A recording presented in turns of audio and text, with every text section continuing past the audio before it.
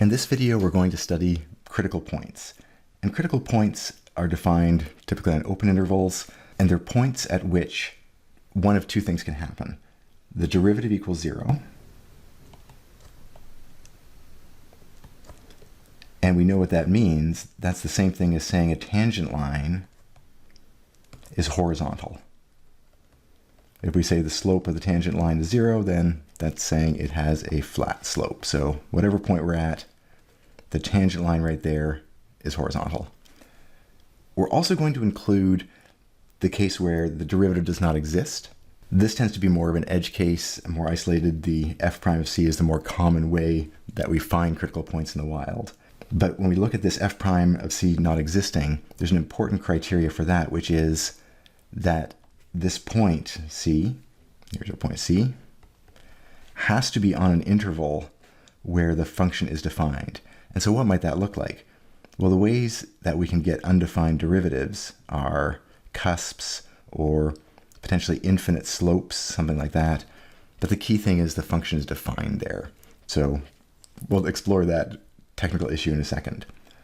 So the derivative is 0, or the derivative at that same point does not exist, but the function does. And occasionally we'll use terminology like critical value, which is the height at which this critical point occurs. So the function value. But typically we talk about critical points as either the x-coordinate or the combination of the x-coordinate and the y-coordinate that comes out. So, as promised, some technical notes. In this definition, the function value at the critical point must be defined for the function to be a critical point. So, let's see what the impact of that is in practice for a function like f of x equals 1 over x. Well, that's the function that looks like an asymptote in both the vertical and the horizontal directions. Here we go, rough sketch. And so we can clearly see here that f prime of 0 is not defined. So the question is, by the critical point definition, is that point a critical point? Yes or no? We'll pause the video for a moment to let you answer that. All right, let's take a look.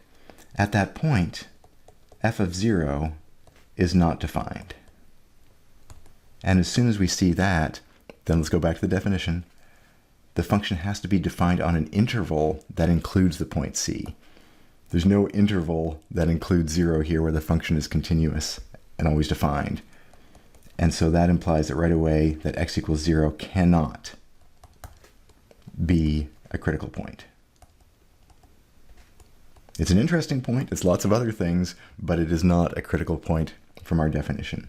So the answer here would be no. As another example, let's take a look at the function g of x equals the absolute value of x. Now, what does the graph look like? Well, it looks like y equals x when x is positive, and it looks like negative x when x is negative, and we get this shape here. We see something interesting happening here at x equals 0. So here's a quick mental calculation or mental application of the ideas we saw earlier. Is x equals 0 a critical point for this function? We'll pause the video for a moment to let you answer that. All right. Well, we can certainly say here that f prime of 0 is undefined. And why is that? Well, at that point there is a cusp. And if there's a cusp, then there is no single slope we can talk about at x equals 0. We can talk about slopes here, we can talk about a slope or a tangent line here, but at x equals 0 we can't. However, unlike the previous case, this function is defined at x equals 0, or f of 0 is defined. The absolute value of 0 is just 0. Check. And so we do have an interval. We could build an interval a to b where there's a point in the middle where the function is defined, but there's also no derivative there. And so in this case, x equals 0 is a critical point for this function. Another boundary value issue arises with critical points too, and that's where we have functions defined on closed intervals. We talked about open intervals a second ago, but what about something like the square root function? Remember, the square root function is only defined for x equals 0 or larger. For negative numbers we have nothing for this function. In fact, let's make that even more clear by just not having a graph part there. If we sketch this graph, it looks like this. This is our function, square root of x. And at the end point here, the function just stops. There's nothing for negative x values on this graph because negative x values don't give real values back under the square root function. So take a moment to think whether x equals 0 here is a critical point. All right, the challenge here is x equals 0 is not part of an open interval where the function is defined.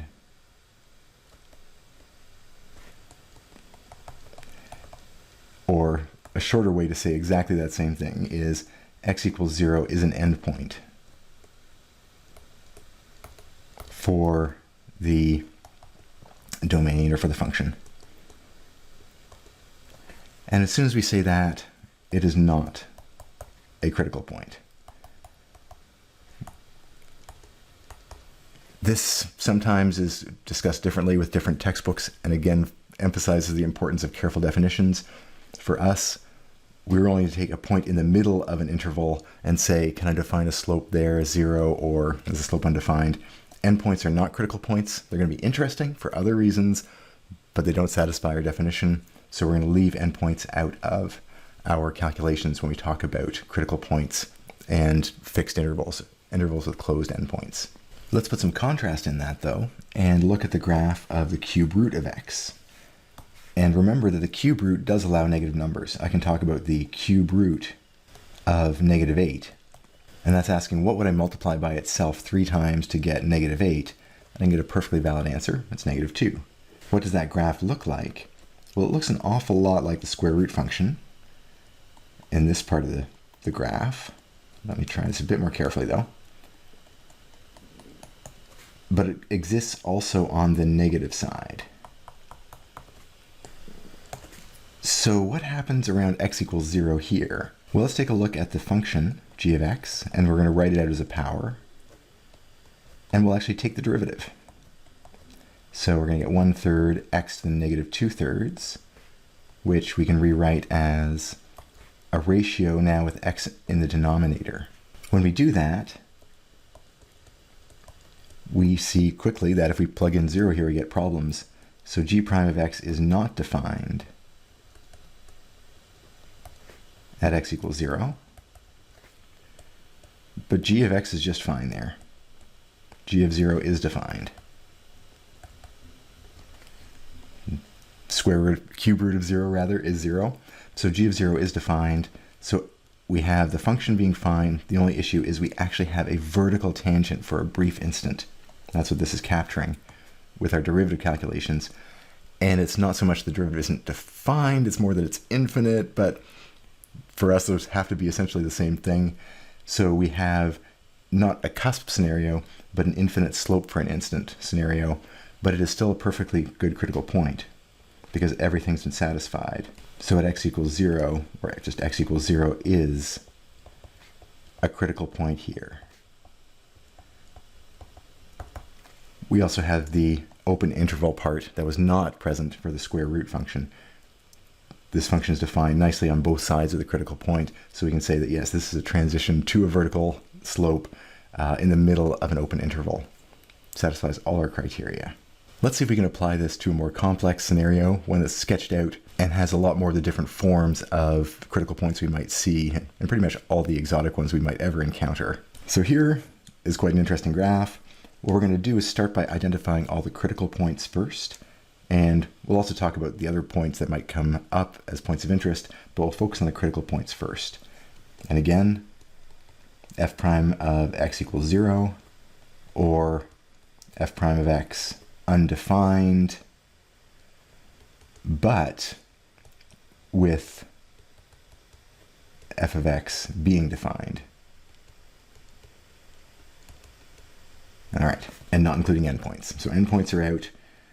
Aha, here's a critical point. The slope is 0. Along here, we have a jump. The function is not defined, so that's not a critical point. We come up here, we come up here. This is an interesting point, but the slope is not 0. That's not a critical point. We get to here. This is a cusp. And so it is a critical point. The function is defined on both sides. It's lovely, but the derivative is not defined. So cusp is a critical point. Come down, come down, come down, come down. And it's a little hard to tell here, but it looks like the slope goes horizontal for just an instant. Then the slope goes horizontal again here. And then we have another cusp. And then we have another cusp. And no zero slopes, no undefined slopes until the end. And we do not include endpoints. So if that matched what you did in your own scan through this function for critical points, excellent work. Let's talk about the other properties we've seen for functions and apply it here as well, though, just for practice. If we take a look, this function is continuous, it's continuous. What we have here is a discontinuity. What we could also say is the function is not defined at that point because we have two open circles, but we have each one-sided limit exists. I can come in from this side, I would approach this point. I can come in from this side, I would approach this value. So each one-sided limit exists, but the two-sided limit does not exist because those do not agree. Any other continuity things? Not so much, because everything is continuous from there on in. We could also talk, though, about other properties, like this transition here. Here we have concave down, and we have concave down, and then in the middle here, it looks like we're switching from concave down to concave up.